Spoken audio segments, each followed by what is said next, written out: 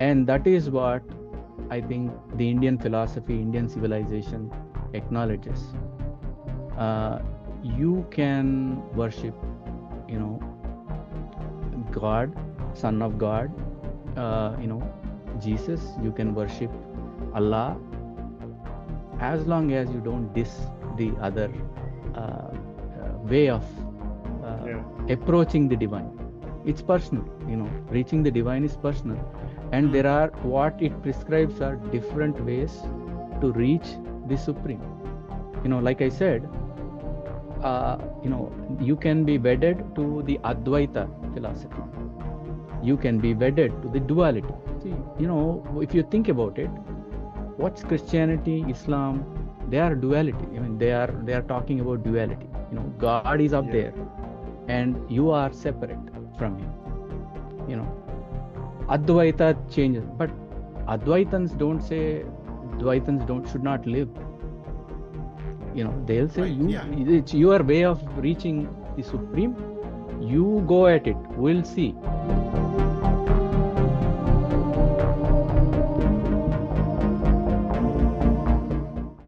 Welcome, modern day mystics, fellow truth seekers, James and Justin back again. And today we have another special guest with us. We have Hemanth Kundeti from his YouTube channel, Civilizational Bridge, which is all about, filling the West in on a lot of the beautiful cultural aspects, I think, of India, especially some of like the Hindu culture related with the Ramayana. He does a lot of that stuff there. And as two guys who sometimes do reaction videos on that stuff, I think it'll be helpful. Let us in, give us some insights on some of the knowledge. What could be wrong with that? We're all about bridging gaps around here. So let's see what this interesting man has to say. Curiosity is everything, right?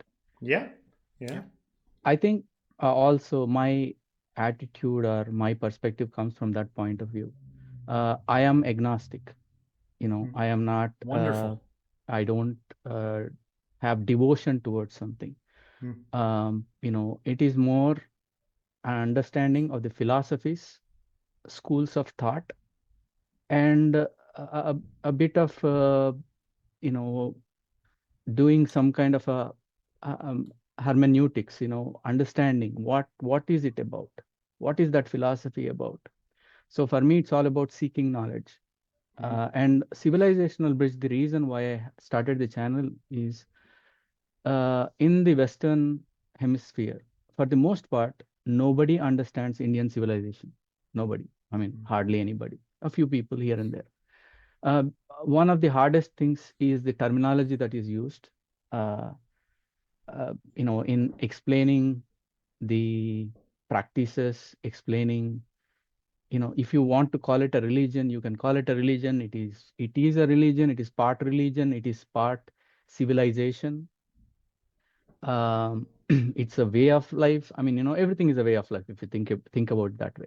But I think it is more than that. It is the philosophy of living. At the same time, inside it, there are some cultural practices that form part of the fabric of that civilization. Okay, and that made the religious layer. Now, a lot of Indian concepts tend to be esoteric if you are looking at it from a Western point of view. If you are looking at it from an Eastern point of view, there is a reason for what we say, how we say things. You need to decode certain things. Civilizational Bridge is all about decoding the Indian civilization. The reason why you would want to learn about the Indian civilization is if you want to work with the Indian civilization better. Of course, Indian civilization is adaptable, meaning if they come here, they understand. There is a reason too why they understand things, why they are able to fare better than other communities. First of all, you have a good command of English, but it's not just the command of English. It is also about why there is a culture of learning, culture of knowledge seeking. And so, when you are able to engage better, see, if I want to relate to an American, I have to use American football terminology or a baseball terminology. I need to pitch, uh, talk about pitch and the bat and the, long stop and all this stuff. You have different terminology that are used so that you can communicate with the Western civilization. I mean, I have to take phrases from Star Wars. I have to take phrases from Star Trek, to kind of say, okay, I know this stuff. I know your mythology of your cultural universe that you come from. But the same cannot be said, on the other side, meaning that many people don't know what to ask. First things first, what do you ask? You know, India has so much literature. Uh, you can call it religious, it is philosophical literature. In fact, the philosophical literature and the religious literature dwarfs the Western literature by at least 100 times, 100 times, easily.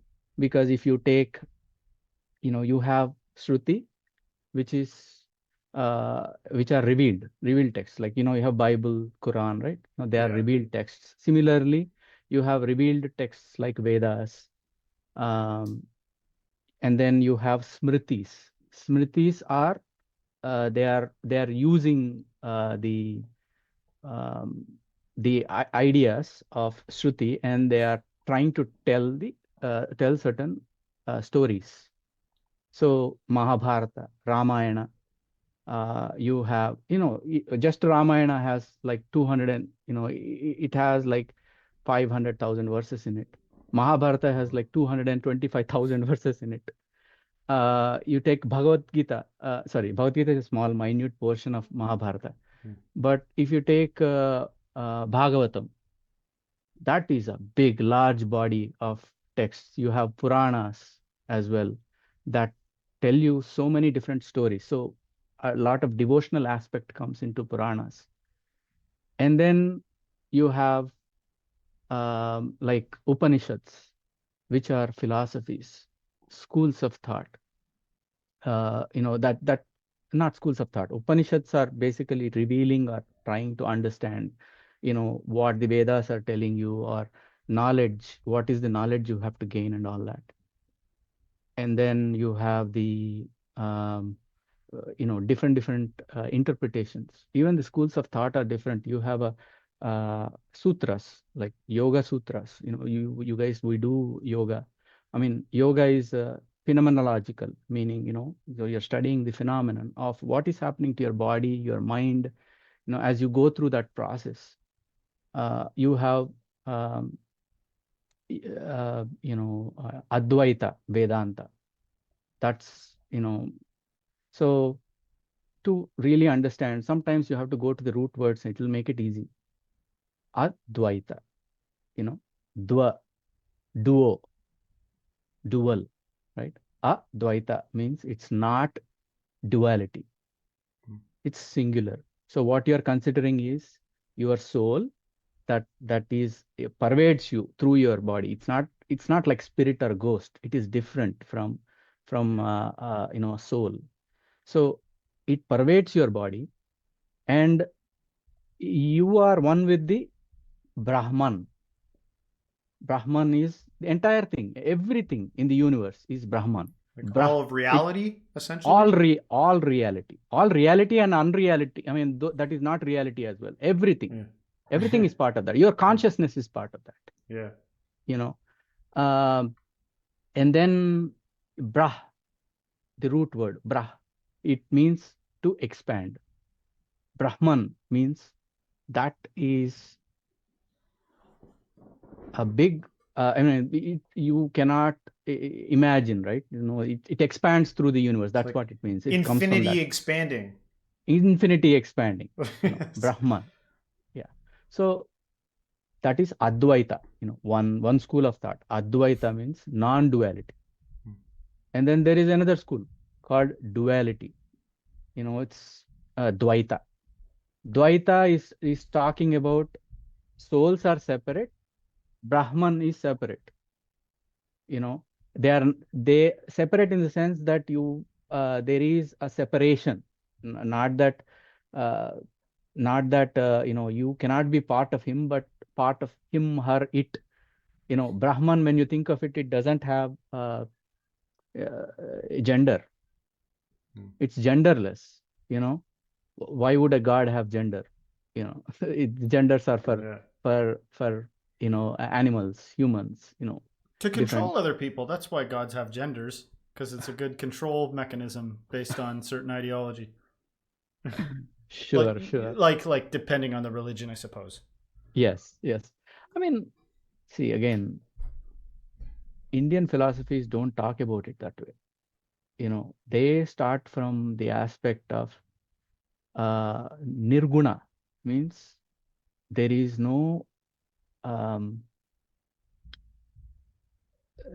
the universe is doesn't have a single quality or a single gender. You can call it single gender, single quality. It has all the qualities. It's got So all the whatever, genders. all the genders, it's the that is what you call God. See, when I am agnostic, even then I can say, okay, fine.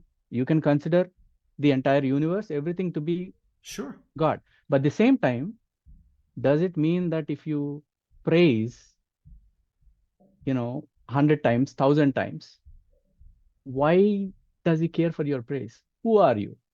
Right. You are Yeah. nothing. You are nothing. I think praise and worship is like loving your life. Like that's the only thing I'm willing to believe it is. I Sure. like that you're agnostic. I love that you know all this and you're agnostic. At the beginning, I wanted to say thank God, because we need more agnostics rolling around. We got plenty of believers. Yeah. But if praise and worship is anything, I feel like it would be like enjoying what's going on here. You know what I mean? Like appreciating it. Anyway, just a side note. I don't think it's like ego stroking like some people think it is. Like the big boss man's around and we got to make him feel good or he'll burn us. Yeah.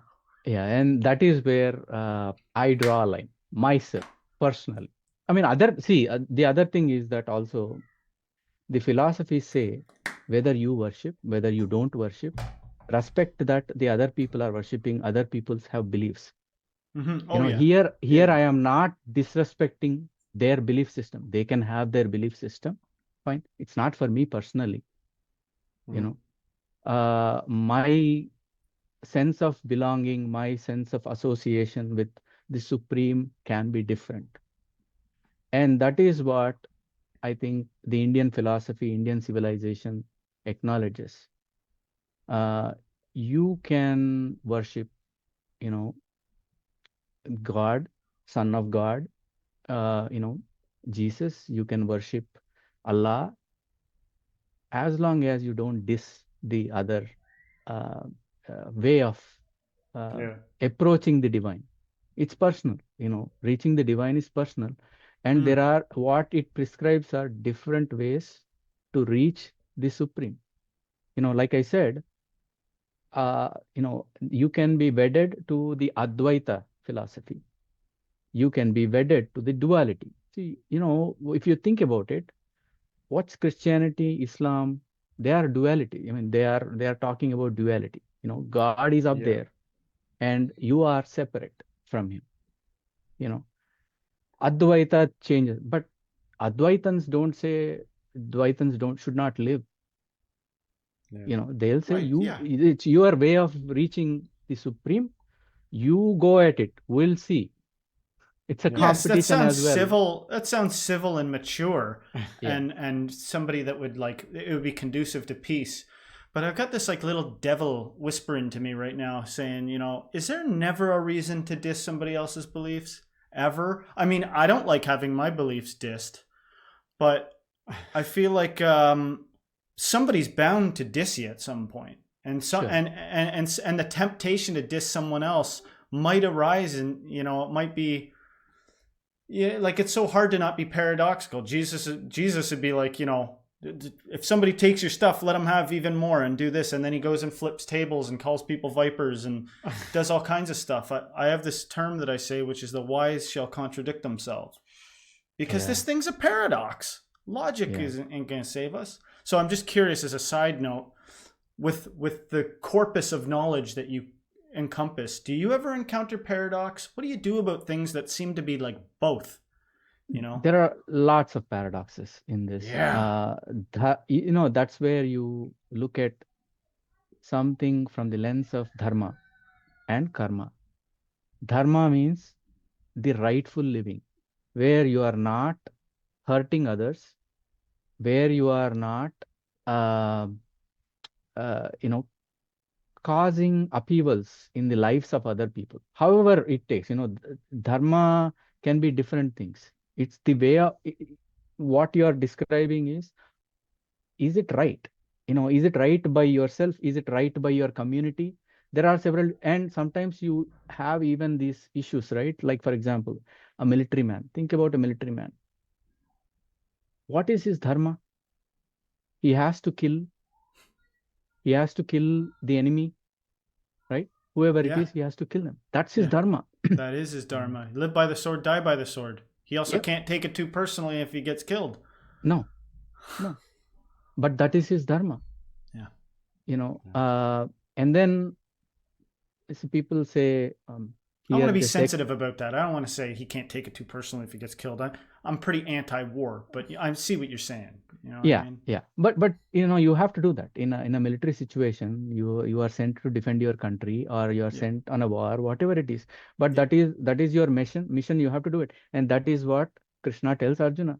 You cannot sit here, worrying about if I'm going to in this is what happens uh, at the beginning of Bhagavad Gita, when in the Mahabharata. The situation is that there are two sets of brothers, Pandavas and Kauravas.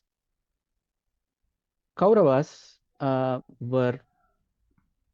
they were, I mean, when I call evil, unfortunately, see, the thing is that sometimes it is taken too literally, and English doesn't have the same words as Sanskrit, so it's kind of difficult. But Kauravas did a lot of evil acts, let us say, evil acts. They've claimed the kingdom that is not theirs. They played all kinds of tricks to shame the Pandavas. They in a open in the palace, they did a game of dice, and in the game of dice, they won, or they claimed they won the wife of the Pandavas, and they tried to strip her in the middle of the um, and in the middle of the palace. They did that, They were and so, cruel. huh? They were cruel. They were They were cruel. they were cruel, but at the same time, they had an objective. I mean, think about it from their side too. Like, what? I mean, those acts are evil, yes, but what are they trying to do? Their father got the kingdom from his brother who died. Pandavas are the sons of that brother who died. Okay. At first, they were supposed to be the ones who are going to inherit, but instead, it came to the brother who was blind. Okay. First of all, he was older. He should have inherited the kingdom. The reason why he did not inherit the kingdom was he was blind.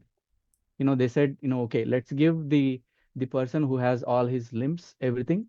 So, let him be the king. So Pandu became the king, while the brother Dhritarashtra, because he was blind, he was not given the kingdom. But once Pandu died, Dhritarashtra, the brother, got the kingdom. Now their sons are Kauravas. Okay. Now they think in their minds, rightfully, they are the inheritors. But then, you have the inheritance that comes from the king, the original king that was there before the brother. So anyway, so there were these kind of situations, but at the same time, within this framework, you can be nice about it, or you can be cruel and take it out on others. You have jealousy towards others. You can, and they've done all this. Now, when they did all this, they went to war. Okay. I mean, they tried to do all kinds of peacemaking, right? Like our President Donald Trump is doing these days. Uh, so I'm just kidding. I'm just kidding. I'm just kidding. Careful. Uh, well, it is what it is. I don't know the climate. You know what I mean? We only get like a cartoon two-dimensional version of all this stuff. It might be totally chill where you are. Sure. You have a particular framework in which there were peacemaking efforts. Okay, in that peacemaking efforts, they were told Pandavas, they asked for 5 villages. Even that was rejected. Now they have to rightfully claim, and then they also have to make sure that their honor is preserved, right? Their wife was stripped in the middle of the palace because they made them the servants for a brief period in time. So now Arjuna is hesitating. Why is he hesitating to go to war? Because he sees that the people in the kingdom that he was part of, right? His grandfather, his Uncles. uncles, everybody was on that side, and he's like, how can I kill them? I mean, okay, fine, it's my right to get that inheritance, but is it right of me to wage a war, I don't want to go slaughter my family. slaughter my families? Yeah. Exactly. Yeah. And that's when Krishna tells him that this is your dharma. This is the right thing to do. Yeah. You are in this battle, you are representing your brother. Your brother will get the kingdom, you know, but at the same time, it is your duty, eternal duty to protect. And if you die in war, you die in war. You kill in war, okay, fine. That is also fine. So that is the wisdom that is passed, right? Dharma. As long as you are doing the dharma, the rightful thing, you know, uh, as long as you don't take from somebody that is not your right to take. So You know, let's take that story. Let's take that story right now. Maybe yes. here's something good that can apply for like our audience out there. Take a story like that and the message of that story. How would you like translate that or bring that to the West? How could that be nice and applicable for us here in the West to learn the lesson of a story like that? What's to be picked up there? And you can relate it. You mentioned Donald Trump there. Yeah. What's some good takes? I mean, in geopolitics, there are several different areas where you apply these things. Yeah. Like, as an example, uh, is it, see, the readily available example for me is the India-Pakistan. But maybe I want to go for a different one where what Russia is doing with Ukraine. Yeah. Okay. So is it their right to invade and take over? That is not theirs. They're not doing the right thing. Well, but in geopolitics, there's no right or wrong. I Victors. I love the term "live by the sword, die by the sword" I am because not. I'm not sure it applies to everybody. I don't think it right, applies to everybody though. but there are people that seem to like I don't know. I'm conjuring visions of like Vikings. You know what I mean? Where they built their whole religion around if you die in battle, you go to Valhalla. Like that's got to be the most extreme form of like, yeah, I might go out and kill a bunch of people, and if I die, good, because I'll go to Valhalla.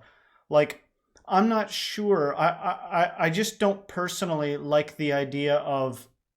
There's another part in the Bhagavad Gita that talks about doing your duties.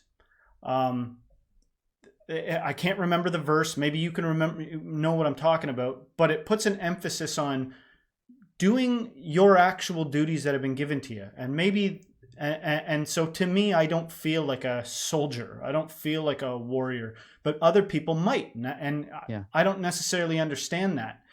But I'm not pro tyrant. If you're a tyrant, then I hope that you don't get to be a tyrant. I don't want to be under a tyrant, whether some book says it's ordained or not. And so live by the sword, die by the sword. I will be meek and inherit the earth. I'll go hide in a cave. And then when the dust settles, I'll be with the other shrew people. You know what I'm saying? Like that's the approach I'm taking it from. I just want to be careful not to glorify any kind of deed, because I do believe that over a lifetime, it's possible that you can transition from a senseless killer to like somebody that's like, I don't want to kill anymore. I want to become good. I want to reach for higher ideals than moida. If anybody follows what I'm saying here, you know what I'm saying? Like Yeah. I want to be careful not to justify murder. I'm not judging the No. scripture. I think there's a lot of wisdom in there, like telling them like this is what you ought to. This is what's required of you right now. Yeah. That's a real thing. But Also, there is something, a concept of a just war as well, right? See, there is a just war and there is an unjust war as well. right, So when you say just war, it is, are you fighting on the side of dharma? Are you just senselessly killing innocents? See, when you say things like, okay, I think the concept that you're bringing up is jihad. Think about jihad, the concept okay. of jihad, where you are doing something and you think that you will go to heaven. I don't Okay, think I will, but that might somebody be the does. concept I'm talking about. Yeah, Yeah, somebody does. But you are also killing innocents. You know, innocents wantonly, right, killing innocents. right, And even you are not in a state of war. War is different. You know, war is completely different. You are in not in a state of war. You feel like there is injustice on you, and so you are trying to assert it by taking it out against people who are who may or may not have contributed to it. So that is what is an unjust war is. It is unjust, to kill innocents that way. mm-hmm. But when there is a just, for example, the grandfathers, the uncles that were fighting on the side of the Kauravas, what was their duty? Well, they knew that Kauravas were cruel, but who were they representing? They were representing the king, Yeah, whose sons were in the battle. right. Okay, the king asked them to go to the battle and fight, and that is what they were doing. That is their duty to do it, you know, and they followed it. They knew it was unjust. In Right. fact, the grandfather Bhishma, one of the stalwarts in the Mahabharata war, um, he he knew very well. He fought as their commander, um, and then till he was on his legs, even the Pandavas could not match him in war. That was his prowess. So, everybody needs to do their duty, and that is what the book communicates. What Krishna is telling Arjuna is to get rid of his Right. uh, confusion around what his duty was. See, you all also have conflicting duties as well, right? You have conflicting duties. Like, for example, you are a husband. You're going for a war. Which one base? I mean, you are going war on behalf of a country, a king that you've never met, or the president or the prime minister you've never met, and you're Yeah. going on a war, and And you leaving your might get wife and killed, kids, leaving your wife and kids. and probably coming home rattled. With PTSD or something. I have an Yeah, interesting question I want to pose your yeah, way. First, I want to get out of the way that I'm not saying I wouldn't, just so people don't think I'm like an absolute doormat, because I got no interest in that. I would fight if I had to. I would kill if I had to. yep, But I also believe in ground level problem solving versus systemic problem solving. Like, for sure, instance, the more we learn about science, we can actually we can get a grasp on some of the problems in life, and then like fix them at ground level and fix them at systemic level. Like, wait a sec, instead of creating better artillery, why don't we fix these problems that seem to be leading to wars in the first place, or something like that? yeah, I'm more interested in systemic remedies rather than the justification of like, well, I had to go in and eradicate every woman, child, and beast because otherwise they would come back. It's like, well, maybe we can think of it at a higher quality level. Just to make things clear, you know what I mean? I'm concerned sometimes with the reverence for any scripture, whether it's the Quran or the yep, Bible or any number of the yep, amazing Hindu scriptures. I'm I'm concerned that there's too much there's a lack of revolutionary capacity, meaning like we don't need to act out Armageddon. We don't necessarily need to do that.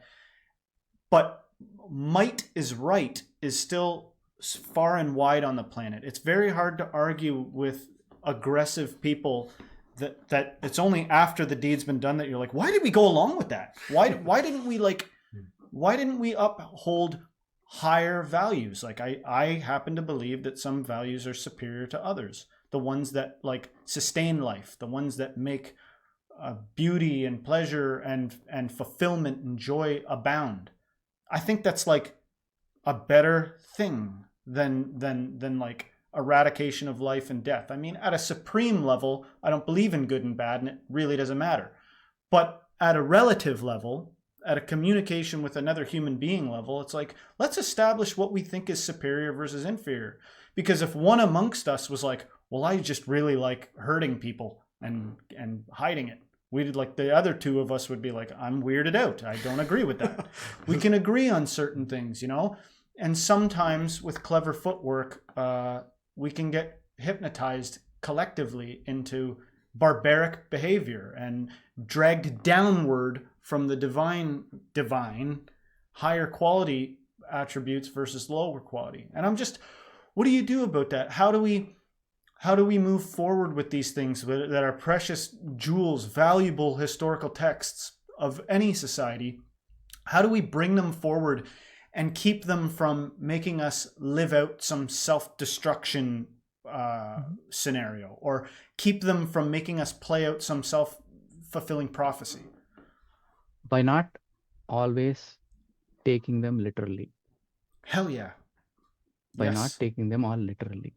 Like, yes. You have literal translations, literal interpretations of these things, of these, books, that, you are lost in the minutiae of, okay, this particular verse justifies this action, this particular verse justifies that action, so I can do it.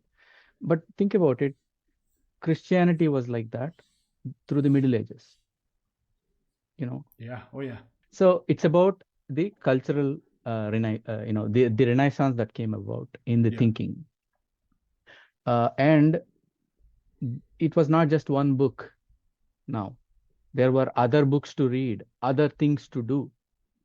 New thought. Unfortunately, in other cults, other religions presently, like Islam, you don't have that yet. Majority of them, I'm not saying, I wouldn't say majority, a good majority of people have only been reading one book with the exclusion of everything else. See, that there is a renaissance that need to happen there as well. That this is a book, okay? This gives us a cultural identity. The book gives us our concept of the supreme. That doesn't mean that we have to diss the concept of the supreme of others, or we don't have to always justify that the origin of species is wrong, earth is flat, all these kinds of stuff. You have highlighted something very important. First of all, how old is Hinduism compared to the other religions? See, it is very difficult to know but how old it is. Which one's the oldest? My estimate is at least, a lot of people estimate longer, but at least from the time of the Indus Valley civilization. You have Indus Valley civilization lasted from around 6500 BCE to 2500 BCE, around that time, give and take. What if there's patterns emerging? Christianity, for whatever reason, so almost, we're not going to go into that, but Christianity, for whatever reason, took root in the West. The West became the same force that decided to switch continents and build an even newer thing where everybody was free to believe whatever they want. And then we saw that slowly manifest over hundreds of years. And you see a pattern emerge. Like when we grew up in the 90s, we grew up in the Christian church, and you saw shifts happen. Is it fair to say that within religion doctrine, that there is nevertheless, even if the books remain the same, among the people, there's a progression that occurs culturally. And that is that like, am I being ignorant or rude or something right now? Because what I'm saying is that there's seems to be versions of things. There seems to be like archaic traditional versions. There's progressive versions. There's radical versions. Well, the beliefs evolve. It seems like things are evolving and changing. Is there an evolution? And I'll let you There answer. could be an evolution. It all depends. It all depends on the people in that particular segment. So if you think about it, how did the philosophers emerge, right? You know, for example, they say Christ was born around, I don't know, 36 AD, maybe, you know, or whenever that was. And then 200 years later or 300 years later, they started compiling all these books around Bible, and the Bible, you know, came into being at some point. So you have, and then you have a church. You established a church that became the lead director of everything. So now they want you to, it's like a king. They want you to follow a certain way of life, certain order of life. This is the order. This is the way to follow. And the entire Renaissance came against the church or the authority of the church. It's different. It's different in Islam. It's different in Islam because, you know, you have people who get authority by being an expert practitioner of Quran. Expert practitioner of Quran.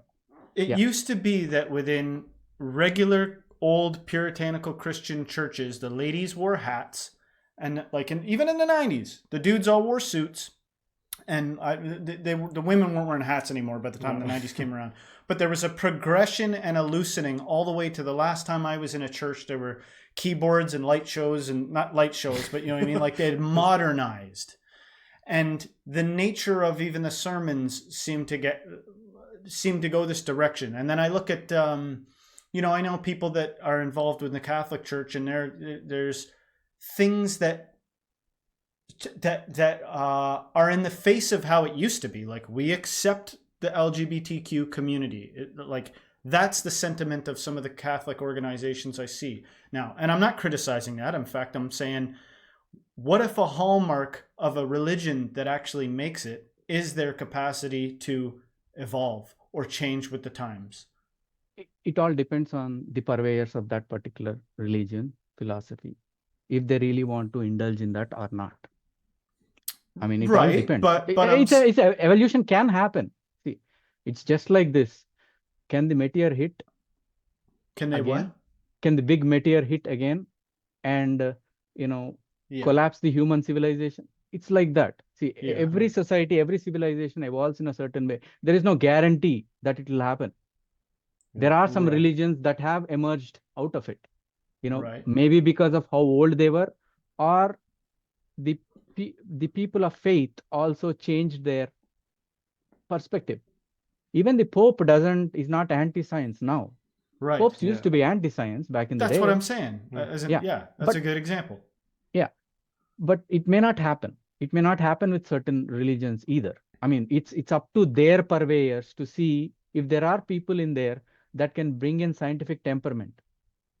You know, okay, you have a certain book that is telling you this. Maybe we can interpret it this way. Will the society accept that version? When will that society come to that point when they will accept a moderate version of something? Well, what about the concept of social engineers? What if to some degree there's a vested interest in being able to shift people in a certain direction? It's a possibility. For example, in Saudi Arabia, you know, the Mohammed bin Salman, he's doing certain stuff. Like he allowed churches, he allowed a Hindu temple to be built, a church to be built in Saudi Arabia. Okay. And he is allowing certain things to change, like women being in hijab. You know, there are subtle changes that are happening. Could it be that Renaissance time for that civilization? I don't know. Right. I'm hoping. Right. I am hoping. I'm genuinely hoping that some scientific temperament might emerge, and not just scientific temperament.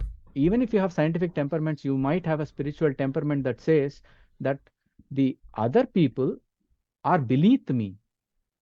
See, the Right. problem comes when you think of yourself as superior to everybody else.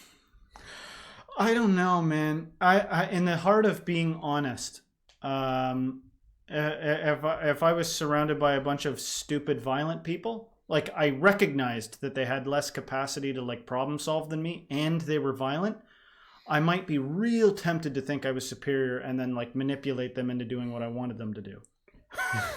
You know what I'm saying? Like just keeping it real. Like because I agree with that sentiment. Most scenarios in life, thinking of yourself like getting all full of yourself is gonna hurt you and hurt other people. It's like not a good strategy even. But it seems like I don't know. I again with that value hierarchy. I think you have a question, don't you? Yeah, I do. I wanted to, this would be maybe a little bit of a shifting gears, but as someone who studies Indian culture and has now had some time living in the West, I wanted to ask you, what do we get wrong about India? First things first, India is the oldest living civilization. So when you have the oldest living civilization, you have certain things that you need to understand about India. You not only just have Hindus, it's not about just Hindus. We have Muslims that make up 25% of India, 5 to 10% Christians. Rest of the people are Hindus. We have all a common goal to raise our incomes, right? See, but at the same time, you have to understand certain civilizational aspects. For example, why does India doesn't want to participate in certain wars? Like you want them to be a lackey. India will not be a lackey to anybody. See, there is a certain pride. Even Iran is an old civilization. They don't like to be the lackey. See, unless you understand their psyche a little bit, it's very hard to get to them. And see, for example, you want to establish the good example that comes to mind is the war with Iraq, that they found WMDs in there. Well, that they said it is their dharma. America said that it is their dharma to fight and take out the WMDs because they cannot trust the Iraqis. Well, they didn't find it. Yeah. So were they actually doing the dharma, or were they just planning and plotting and finding a way to get in there and What's a disenfranchise people? What do you mean by lackey? Lackeys are subordinates. Or like, for example, you have NATO, you followers? either followers. You either followers. follow my group or you are not, like putting Yeah, and people into do you groups. think that the West perceives that they're cool with that? Like the West sometimes is like, they're fine being our lackeys. America's number one. And Absolutely. yeah, so nobody likes that. That's like the asshole that everybody wants to take That is out. not true. That's not true. Not Some people India. like it. Pakistan likes it. Pakistan likes to be a lackey of somebody because they have to they have to keep sustaining their economy. They need money. So they have the entire army for hire. They give their entire like for example, America says, okay, we have to drive out Russians. Oh yeah, sure. We will supply the Taliban to drive out the Russians. Who did that? In that area, Pakistan did it.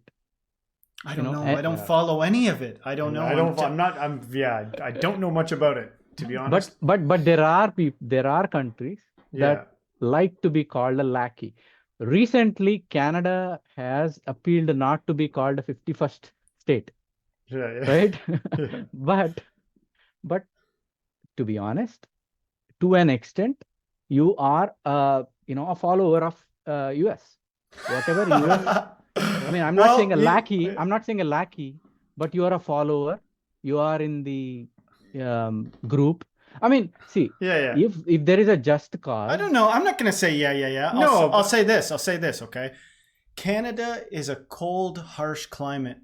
It's mostly cold. And I think sometimes when the news captures our attention, we're pretty like polite and everything like that. We look up from our frozen work and we go, well, if you want to come up here, we'll get into a a razzle with it. We'll fight with you. But we're here's a funny fine thing. doing our Here's own a thing. funny thing about Canada. After that whole 51st state comment there with Donald Trump, we purposely voted in the government that we all hated just to rub him the wrong way. We didn't even want to vote in the people that we voted in. We picked the person that we thought Donald Trump would hate the most. That was how our election was chosen. Maybe we're just tough people with a lot of maybe we're just tough people with a lot of patience or something like that. And then when that patience gets like, and there's also anyway, there's also a difference too between when we're talking about some of this taking into account the way the government functions and what the people actually want too, right? Yeah. So that's always two different things, and from what I see.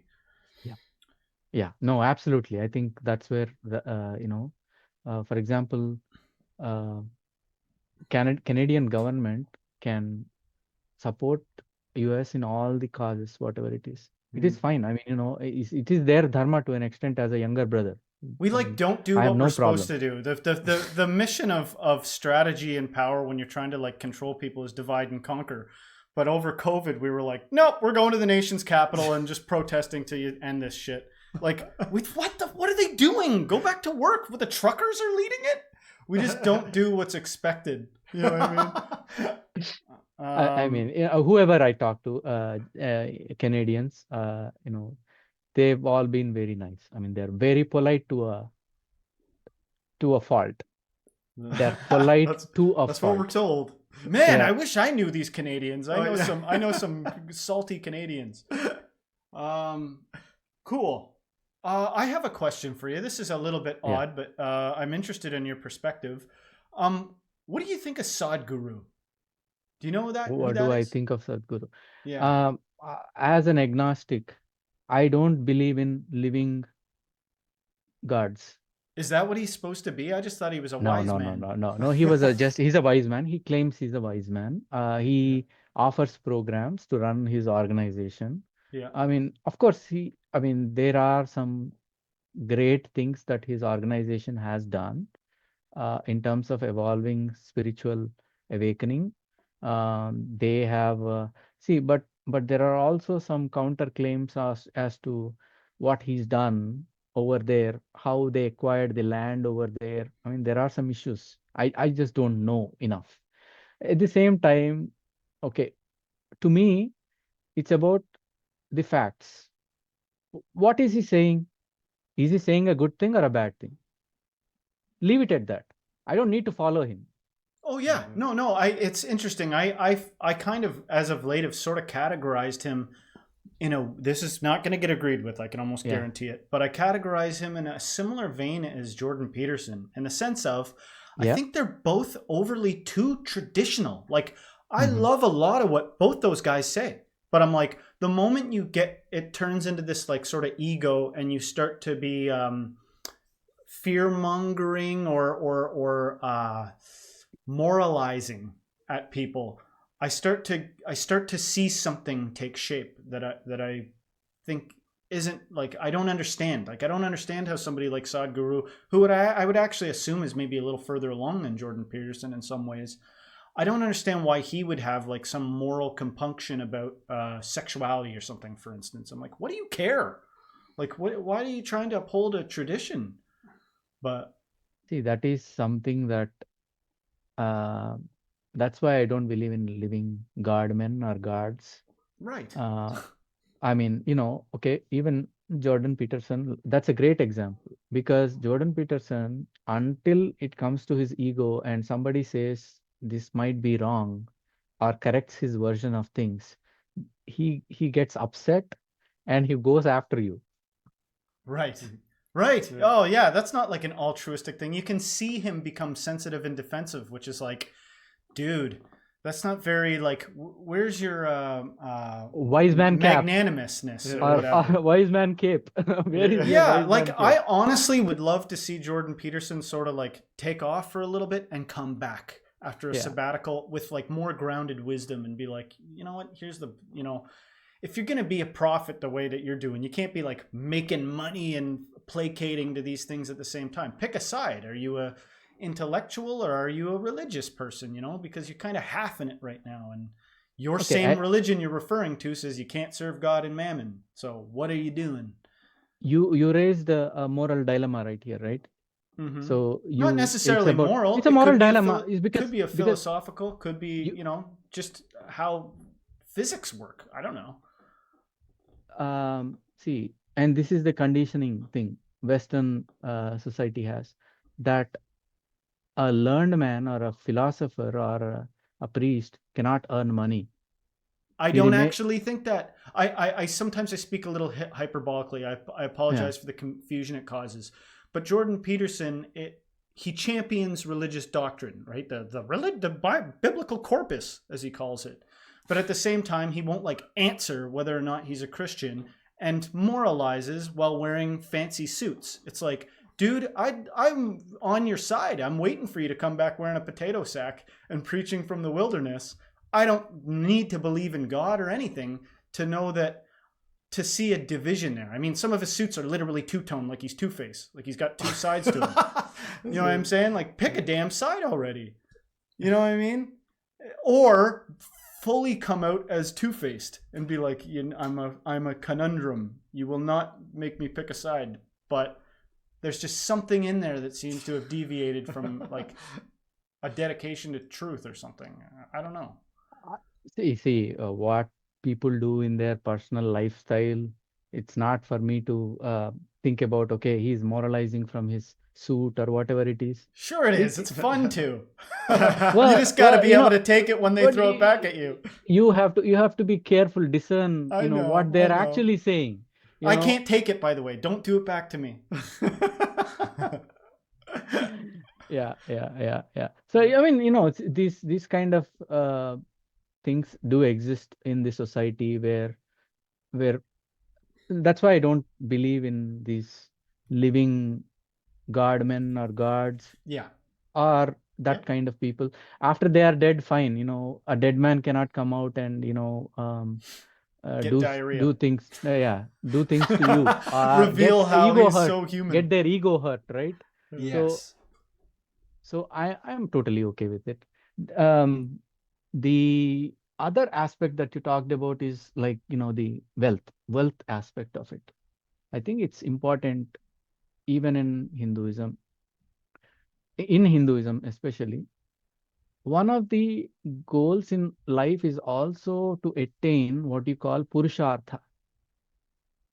You know, purushartha means whether it is wealth, whether it is desire, whether it is possessions, to the thing, to the extent that you need it. They also caveat it and say that to the extent you need it, the attainment of wealth, the attainment of uh, you know the desire, fulfillment of your desire, but not at the cost of others. I mean, you can have a fulfillment of your desire, but not at the cost of others. So those are the things that are talked about. So it is not quite like, dist. In fact, capitalism is very close to. Uh, they are not competing philosophies. I mean, Yeah. you still do it. You have rules, you have framework. Within that framework, you apply it, and you can get rich, Do and the that is most okay. with what you've got. I'm Yeah. not sure. I'm not saying I would reject riches if they fell into my lap. I wouldn't. I would be. That sounds fine. But I guess I just wanted to say that in case I just accidentally cursed myself a moment ago. I'm not anti-riches, but I think in terms of that, if that's the focal point, if your shtick is to like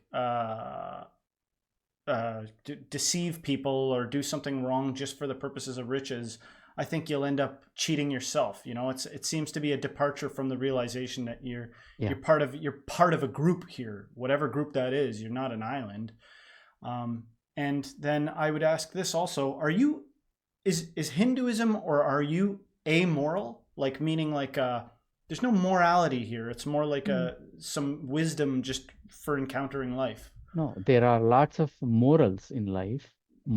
See, uh, the one thing that is constantly praised in, if you're going through the Ramayana that I'm doing, one of the thing that they talk about is sthira prajna, means even keeled, being even keeled in your, whether it is ambition, whether it is desire, whether it is riches, whatever it is, Balanced. Balance. balanced, even keeled, balanced. You got to be that, and they keep repeating it, every few phrases, you have a certain one who is a balanced mind, like a sage mind. So they keep saying it for that purpose, to establish that there are lots of morals. See, why are there so many stories in Hinduism, and what they are communicating? They are communicating a certain moral. They are telling you what to do in a certain circumstance. Well, yeah, I was going to say the reason I always thought there was so many stories is because life has got so many different types of things that Yeah, happen. yeah. So everything requires like its own unique, answer almost, Unique or answer, unique framework within which you have to operate. Your hmm, reference frame changes. yeah.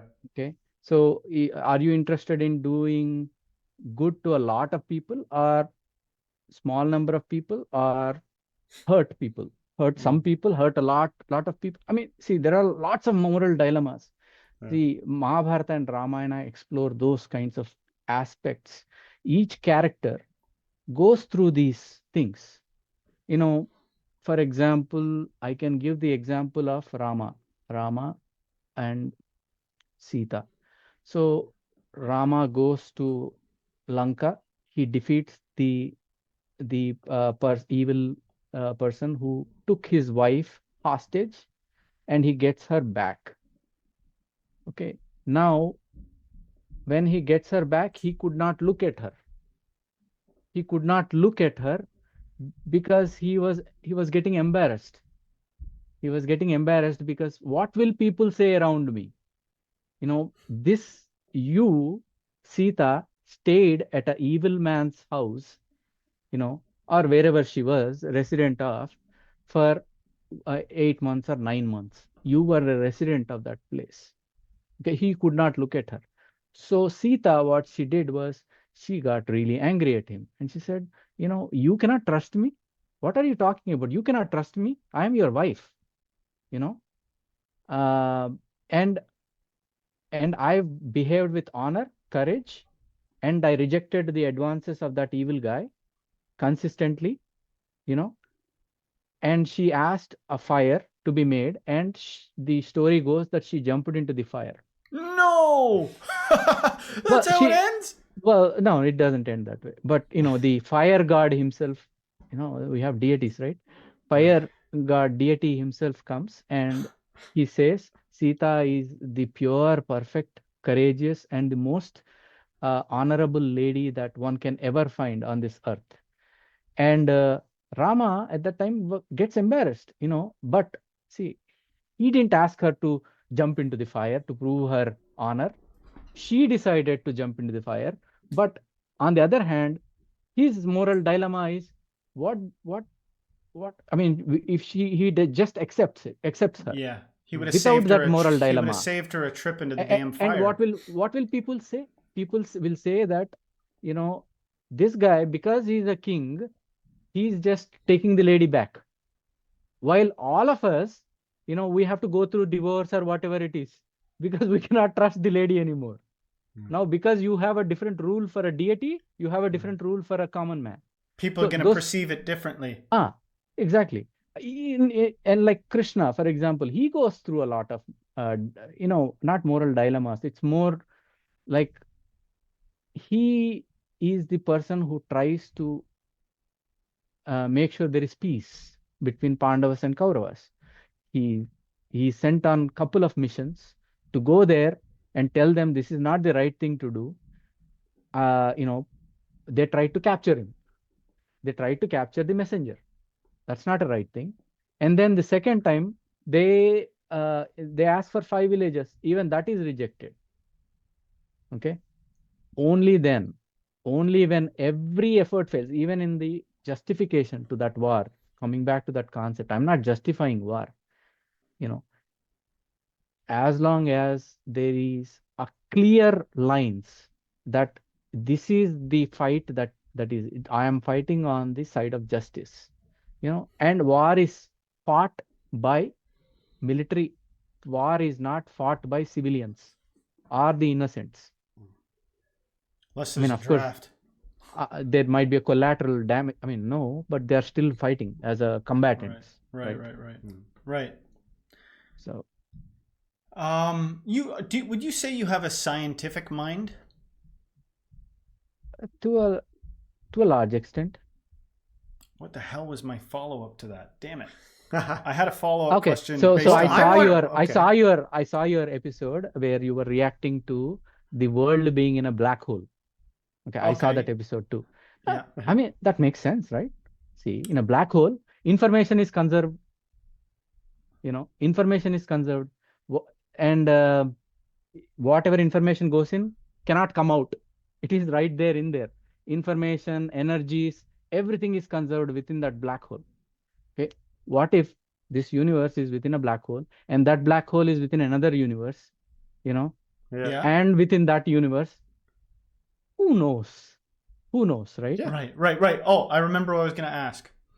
Having a scientific mind and claiming to be agnostic, are you open at all to, like, what do you think of somebody like Carl Jung, who seemed to be sort of a scientific guy, but in his later years really got into mysticism, and started to talk about synchronicities. He put a lot of stock into dreams and the subconscious and some mystical stuff. I think he was even interested in the Tao Te Ching or something like that. Have you ever had any mystical experiences? Do you have anything that, from your agnostic position, still is like, yeah, there's even room from my agnostic position to think this, or no, or is the answer no? What is the answer for you? If I say that other people's beliefs are wrong, then I am clearly not an agnostic. I'm an atheist. Yeah. Right? Yeah. Right? Yeah. We can allow for some esoteric practices that can come in and see what is wrong with mysticism, unless, of course, you are, I mean, you are conducting some kind of a hypnosis on people and doing it for a certain benefit. Right. Well, some hypnosis is can be having like a good result. Some of it can be just manipulation, right? But some of it but some of it can be used to help somebody quit smoking or something like that. Yeah, there is room for that. There is always room for that. And also, we really don't know the states of being. For example, I mean, if you take even the string theory, I mean, of course, it's abused by a lot of people saying that, okay, Hinduism already alluded to string theory, Big Bang theory, I mean, but at the same time, there is this thought process, right? You have a possibility of a different energy state, a different universe that you are not aware of a fifth dimension. Like if you consider fourth dimension to be time, I mean, you can have a fifth dimension, but you won't know because I think one of the episodes, Tyson, what's his name? Neil Dr. deGrasse Tyson. Neil deGrasse Tyson. He explained that, okay, say you are in a three-dimensional world, I'm in a two-dimensional world. Okay. And you have a rope and you are tying two ropes together. I can only see two dimensions. I cannot see the third dimension protruding out. So I won't know that dimension at all. But if you are in a three dimensions, you can see that, okay, it's a rope that is tied and you can see the three dimensions. So there are still several unanswered questions. Mathematically, they say it is possible, but is it real? I don't know. I don't know. I don't claim. I mean, in fact, even you got to see my episode on Nasadiya Sukta, and that is why I appreciate a lot of the Indian thought process. This in Rig Veda, for example, in Nasadiya Sukta, they say that when the I can actually read it if you guys like it. Absolutely, sure. So it goes. नासदासीन्नो सदासीत् तदानीं नासीद्रजो no Vyoma परो यत् किमावरीवः कुहकस्य शर्मन्नम्भः किमासीद् गहनं गभीरं न मृत्युरासीदमृतं न तर्हि न रात्र्या न आसीत् प्रकेतः आनीदवातं स्वधया तदेकं तस्माद्धान्यन्यः परः किञ्जन्नासा तमासीत् तमसा गूढमग्रे प्रकेतं सलिलां सर्वायुधं तुच्छेनाव्यपिहितं यदासीत् तपसस्तन्महिना जायतैकं कामस्तदग्रे समवर्तदाधिमनसो रेतः प्रथमं यदासीत् सतो बन्धुमसति निरविन्दन् प्रतिप्रतिश्या कवयो मनीषा तिरश्चीनो विततो रश्मिरेषा मदः स्विदासीत् उपरि स्विदासीत्. Okay, now I actually, it's so funny. I found myself nodding, like out of habit, like as if I understood what you were saying. So what does that mean? Okay. So basically, it talks about the origins of the universe, the state before the creation. It says there was neither non-existence nor existence then. There was neither the sky nor the space beyond. It says what covered it, where was it hidden? Are these not the answers the scientists are seeking? They are seeking that. And then they say death did not exist, nor did immortality, night or nor day. Nothing existed. No air to breathe. There was nothing else. Darkness was enveloped in darkness. In this cosmic ether, all there was. And then they say that it's covered with emptiness. Life force emerged through a primordial energy. It became a primal desire, became a seed for the creation. Through deep contemplation, the sages, the wise men, found the connection between the existent and the non-existent. And they say the connection extended like light rays, both above and below. And then they say, when was it born, this creation? They ask the question. They're not saying this is how it is done. They're saying, when was it born, this creation? The forces of nature came later on. Who knows what came into being? And then they say, from this creation, we think that it came this way, that a light came out, a primal seed came, from that the desire arose, it came out that way. Was it made or come into being? Do we really know? Does the overseer, the God or whoever, supreme being, does he know? Right, right. I like that. He surely knows, or perhaps he doesn't. Yeah. Right. See, oh, man. That is what they were saying. See, 3,500 years back, when they could have said anything and people would have accepted, right? Yeah. Yeah. But they said that. But they said that. How profound it is. Even today, every scientist looks for answers. How do we know Big Bang Theory, right? The reason why they know that there is a Big Bang Theory is because galaxies are moving away from each other at a certain, they're accelerating at a certain pace, right? So they assume that everything was one chunk, one place, and everything came from there. Right. Yeah. Okay? It's weird because it corroborates, it corroborates things, but it also is ambiguous, which makes it amazing because ambiguity, it's like, man, it sustained all these other religions merging that were like, I'll tell you exactly what happened. It like traversed those waters, which to me is like, I think there's a proclivity for people to want to go towards certainty, because in uncertainty, it's like, well, I hope this God knows what he's doing. I don't want him to make a mistake and I end up in like randomly in some hell realm for eternity or some kind of Yeah. profound agony. So it's just good on it for sustaining at all that time. It's also confident for saying, I don't know. I don't know. Yeah, I don't know. Yeah, The like, great which I is don't like, know. that's a sign of maturity and confidence, in my opinion, to say, I don't know. Yeah. Rather than. You got to be like willing to not know. Yeah. Cause, And 'cause this the was in temptation is Rigveda. to know. Sorry? And this was in Rigveda, the oldest Veda, they call it. See, Vedas are just bodies of knowledge. Veda means knowledge. That's Yeah. all it is. And this is the reason why you got to know the Indian civilization, because most of it is about gaining knowledge. The concept of um, that's why they are adaptable. They can mix with the society, but of course, it all depends on your education. Also being able to mingle with other people.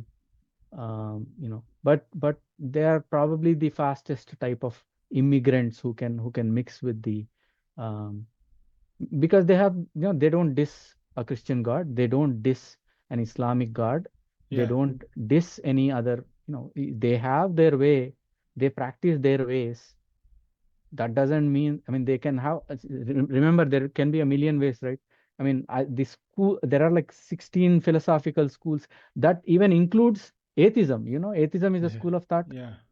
And the main thing in that atheism thing is, it says, piba pibet, drink, drink, and drink. What does that mean? Like drink? Keep drinking, enjoy. This life is Okay. this life is going to end. Man, that's going to appeal to a Just lot of enjoy. people. That appeals to me even, like this, the life's going to end, so enjoy it sentiment. That's sometimes you need that kind of thinking. Yeah. I have one more question. I guess it could be perceived as a little bit controversial to kind of wrap up my line of questionings, I guess. And that is this: within the Hindu scriptures and your scholarly knowledge of it, is Jesus found in there, or is Muhammad found within any Hindu scriptures? Or Buddha? See, there is a concept in paritranaya sadhunam vinashaya cha diskritam dharma samsthapanarthaya sambhavami yuge yuge. Means, whenever the world is at odds, whenever the world is full of they're going through difficulties, extreme difficulties, for that the God or the messenger will come again and again and again. So it is not really a contradiction if Muhammad is one of them or Jesus is one of the messengers.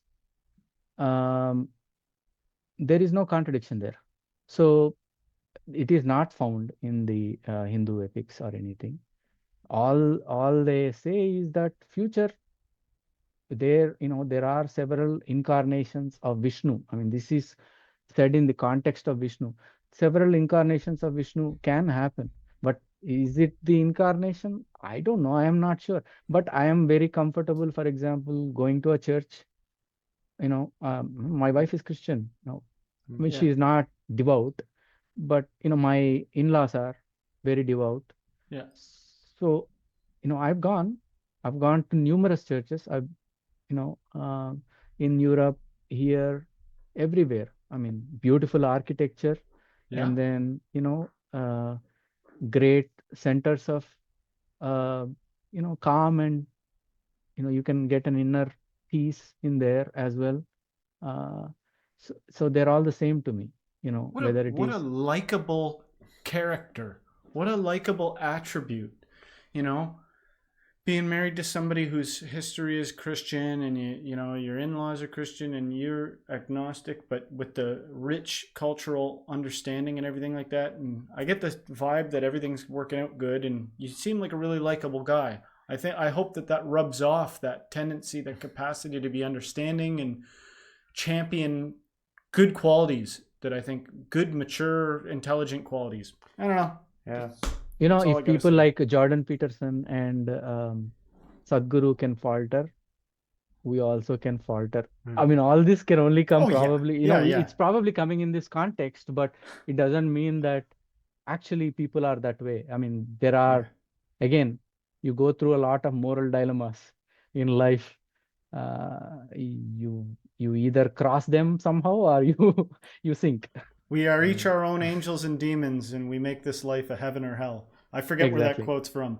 Well, Hemanth, I just want to thank you so much for joining us on the show today. I knew it was going to be a good conversation. Smooth, good, rich, full of good insights, and thanks for sharing all your info there. It was really informative. Before we close out, what we like to do kind of for our guests, just leave the mic open to you. Maybe if you have any last words, if you have maybe one overarching message you want to just share with our audience out there, maybe you can do that. And then when you're done, let them know where they can find you, what you got going on, and all that good stuff. Thank you. Thank you so much, Justin, James. Both of you guys are hosting this Stay Spiritual. I mean, stay spiritual. Agnostic can stay spiritual too. What is staying spiritual? Just being in the moment and, absorbing things around you, learning as you go. So I would like to be in the civilizational bridge is also aimed to be in that same vein. We want to bridge the civilizational understanding or the gaps. There might be some things that might go over some people's heads. Precisely, the reason is the terms are not the same, the concepts are not the same. They're kind of similar, but not. I mean, demons are not the same as demons over there. Deities are not the same as deities. There are no 33,000 deities. There are no 33,000 deities. I mean, there can be different names of things, and they might use it as I mean, but what the Indian civilization is about is being very close to nature. And when I say that, people will say, oh, you know what? If you go to India, it is not clean. I mean, there are some extenuating circumstances for that issue that has happened over the last 200 years. I mean, you have to emerge out of extreme poverty. When the Britishers left us in 1947, Indians were at one point in history, up till like 300 BC or 300 AD, 300 AD, sorry, 1800 or so, or 1700, even 1700 AD. Indian economy was around 26% of the world economy. You know, 1/4 of the world's economy was from India. I mean, only a place which had, I mean, you see the knowledge systems there, the schools of thought there, the philosophies, they can only emerge when you have prosperity, when you have nothing to do, when you don't have to fight for your living every day, fight against a evil warlord, evil feudal. You don't have to fight. Then you have the creativity and thinking to uh, and I just want to make sure that there is we can bridge that gap in terms of understanding where we come from. And I think there are a lot of common elements between the Western civilization and the Indian civilization. So you can find me at Civilizational Bridge, youtube.com @civilbridge. We have a lot of new episodes that are coming up, uh, uh, especially a new episode called Mantra Pushpam that is coming up. It is the flower of knowledge, basically. That's what that mantra is about. Pushpam is flower, but what is it? Is it an actual flower or not? You can find out in the next episode.